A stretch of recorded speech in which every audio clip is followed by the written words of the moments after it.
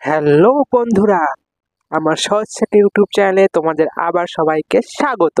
তো আজ আমি ক্লাস 5-এর প্রথম পেজের অর্থাৎ পূর্ব পাঠের আলোচনা বইয়ে যে অঙ্কগুলো রয়েছে সেই প্রথম ধারের অঙ্কটা করাবো। দেখো কি বলেছে, এই যে ছবি রয়েছে বল দেখে সংখ্যা তৈরি করতে হবে, অর্থাৎ এই বলকে স্থানীয় মানে বিস্তার করতে হবে, তারপরে কথায় লিখতে হবে।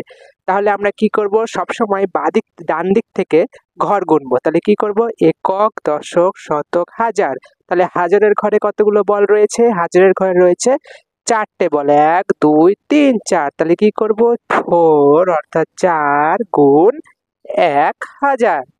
তারপরে কিন্তু আর গুণ চিহ্ন দেওয়া যাবে না, তারপরে কি করতে হবে, যোগ চিহ্ন দিতে হবে। তারপরে কি পরের ঘর কোনটা, শতকের ঘর। না, শতকের ঘরে কটি বল, একটি বল রয়েছে। তাহলে কি করব, 1 × 100। এই যে 1000 আর 100 কেন লিখছি, তার কারণ হাজারের ঘরের মান 1000, শতকের ঘরের মান 100, দশকের ঘরের মান 10 এবং এককের ঘরের মান 1 করে।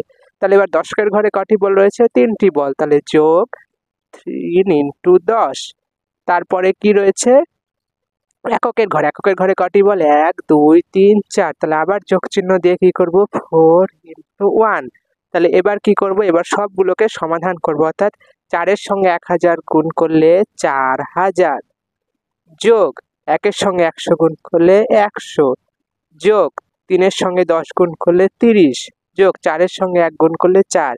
এবার প্রত্যেকটাকে একসঙ্গে যোগ করলে 4000 যোগ 134।